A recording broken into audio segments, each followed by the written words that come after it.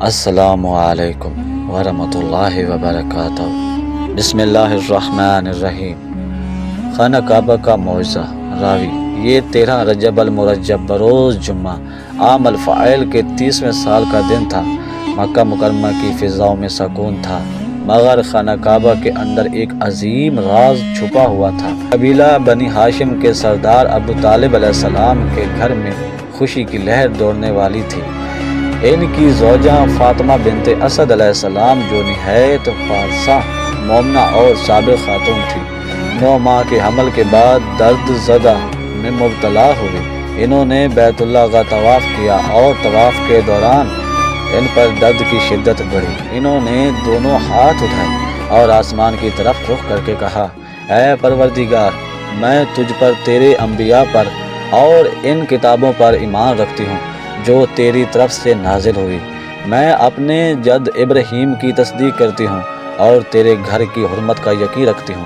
اے اللہ، اس مقدس گھر کے بانی کے واسطے سے اور اس بچے کے واسطے سے جو میرے شکم میں ہے، میرے لیے اس مرلے کو احسان فرما۔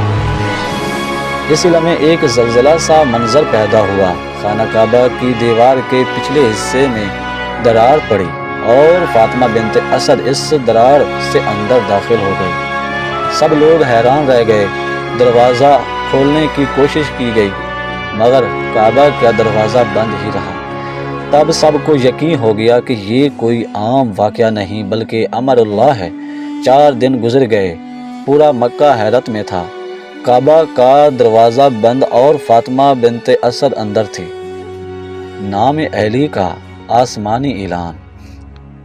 راوی: چوتھے دن جب خانہ کعبہ کی دیوار پھر سے کھلی، لوگوں نے دیکھا کہ فاطمہ بنت اسد اپنے بازوؤں میں ایک روحانی بچے کو لیے باہر آئی۔ ان کے چہرے پر سکون، آنکھوں میں خوشی اور دل میں شکر تھا۔ وہ کہنے لگی: اللہ نے مجھے تمام عورتوں پر فضیلت دی ہے۔ آسیہ بنت مزاحم نے پوشیدہ جگہ پر عبادت کی۔ مریم بنت عمران نے کھجور کے درخت کو ہلایا تاکہ رزق ملے، مگر میں بیت اللہ میں داخل ہوئی اور وہاں جنت کے میوے کھائے۔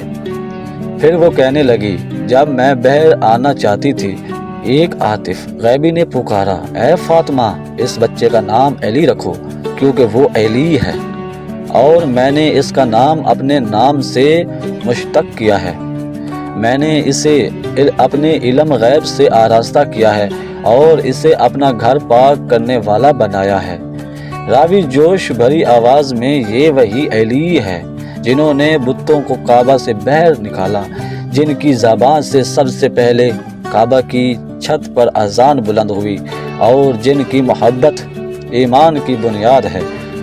خوش نصیب ہے وہ جو علی سے محبت کرتے ہیں اور بدبخت ہے وہ جو ان سے دشمنی رکھتے ہیں۔ یہ تھی خانہ کعبہ کے اندر ولایت امیر المومنین علی ابن ابی طالب کی روحانی داستان، ایک ایسا معجزہ جو تاریخ میں کسی اور کو نصیب نہیں ہوا۔